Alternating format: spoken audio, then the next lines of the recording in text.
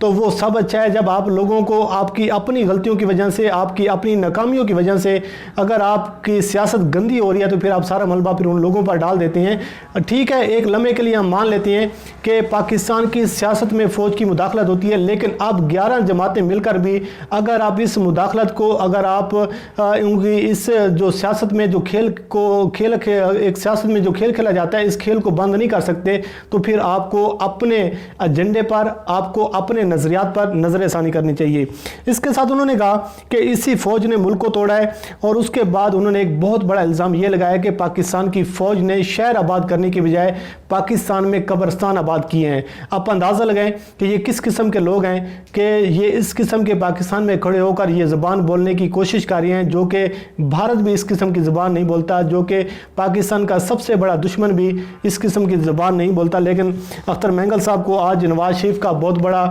وہ ان کے لیڈر ہیں, وہ ان کے انقلابی رہنما ہیں, اور وہ ان کو اپنا چیمپئن سمجھتی ہیں. تو اس حوالے سے وہ آج کہہ رہے ہیں کہ جی پاکستان میں شہروں کی بجائے قبرستان آباد کیے گئے. اور آپ یہ دیکھیں کہ بلوچستان میں جو دہشت گردی ہوتی تھی, پاک فوج نے اپنی قربانیاں, اپنی جانیں قربان کر کے وہاں پر امن قائم کیا. آج دیکھیں وہی بلوچستان ہے, وہی گوادر ہے جس پر تمام دنیا کی نظریں لگ چکی ہیں, اور وہی گوادر ہے جو آج ایک معاشی ہب بن چکا ہے. لیکن اختر مینگل صاحب کے مطابق پاک فوج نے شہروں کی بجائے قبرستان آباد کیے ہیں. اس کے بعد انہوں نے کہا کہ ملیر اور کراچی کے ایک دو اور ایریاز میں سکولوں پر قبضے کیے جا رہے ہیں, اور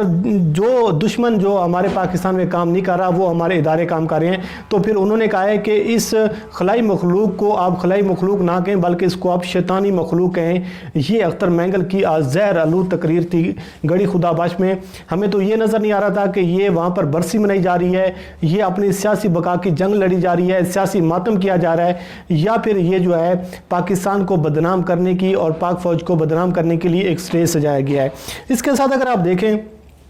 کہ آصف علی زرداری نے خطاب کیا ہے, وہ بڑی زبردست اور ایک پولیٹیکل انہوں نے بات کی ہے کہ ہم جمہوریت کی جنگ لڑتے رہیں گے, جمہوریت کے ہم ساتھ کھڑے ہوئے ہیں, اور جمہوریت پر ہم کسی قسم کی آنچ نہیں آنے دیں گے. اور اس بات سے آپ اتفاق کریں, آپ اختلاف کریں, یہ آپ کا اپنا حق ہے کہ آصف علی زرداری سیاست کے بہت بڑے کھلاڑی ہیں, اور وہ موقع محل دیکھ کر اور وہ موقع مناسبت سے بات کرتی ہیں, اور ان کو پتہ ہے کہ ہم نے کس حد تک جانا ہے اور کس حد تک ہم نے نہیں جانا. لیکن یہ جو آج اختر مینگل کی جانب سے تقریر کی گئی ہے, بڑی ایک افسوس صورتحال ہے کہ آپ پاکستان میں بیٹھ کر اور پاکستان کے ریاستی داروں کو بدنام کریں, پاکستان کے لوگوں کا اور پاکستان کے جوانوں کا, اور ان جوانوں کا جن لوگوں نے آج قربانیاں دی ہیں, جن کے آج ابھی تک ان کی تدفین نہیں ہوئی, لیکن آپ کہہ رہے ہیں کہ پاکستان کی فوج جو ہے وہ شہر آباد کرنے کی بجائے پاکستان میں قبرستان آباد کری ہے. تو بڑی ایک افسوس کی بات ہے. مریم نواز صاحبہ نے آج, وہ مریم نواز جس کے ابو کو آصف علی زرداری پاکستان کے لیے سیکورٹی رسک کہتے تھے,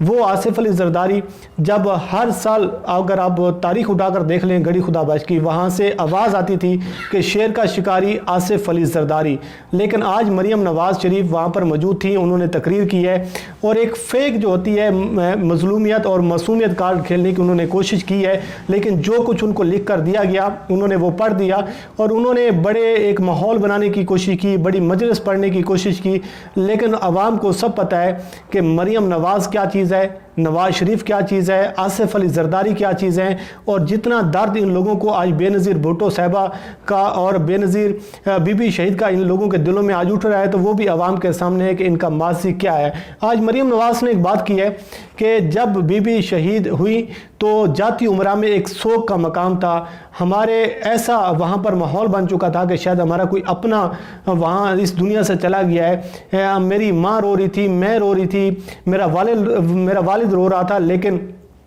شاید آپ کے علم میں ہو, میں نے تو نہیں دیکھا, آپ میری رہنمائی بھی فرما دیں کہ آصف علی زرداری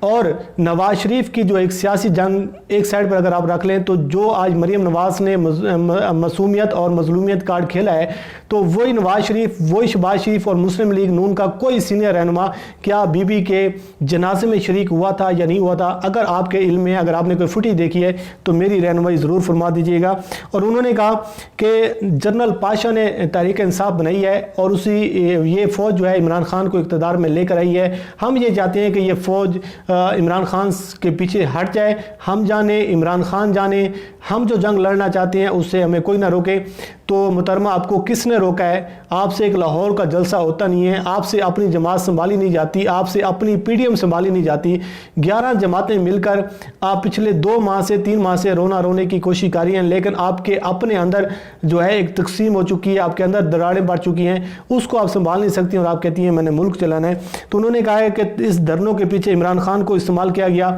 اور انہوں نے کہا کہ مشرف جو ہے اس کو عمران خان میں اتنی جرت نہیں ہے کہ اس قاتل کو پاکستان لے کر آئیں. تو بی بی ذرا یہ اپنے والے سے آج پوچھئے گا جلسے سے فری ہو کے کہ مشرف کو پاکستان سے دبئی کس نے بھیجا تھا، کس نے اس کا نام ECL سے نکالا تھا. ذرا آج جلسے سے فری ہوں تو ہمت کیجئے گا، اپنے والد صاحب سے پوچھئے گا کہ اس کو دبئی بھیجنے میں اور اس کو پاکستان سے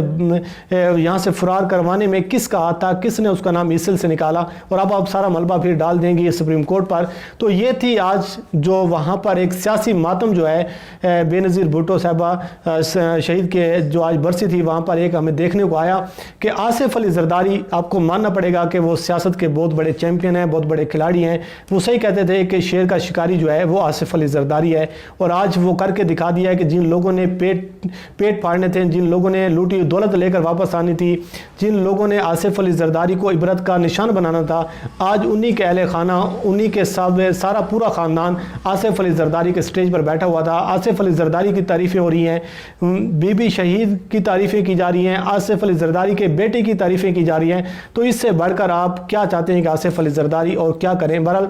اس حوالے سے مزید جو بھی صورتحال ہوگی آپ کو آگاہ کرتے رہیں گے. اللہ کریم آپ کا حامی و ناصر ہو. مجھے دیجیے اجازت. اللہ حافظ.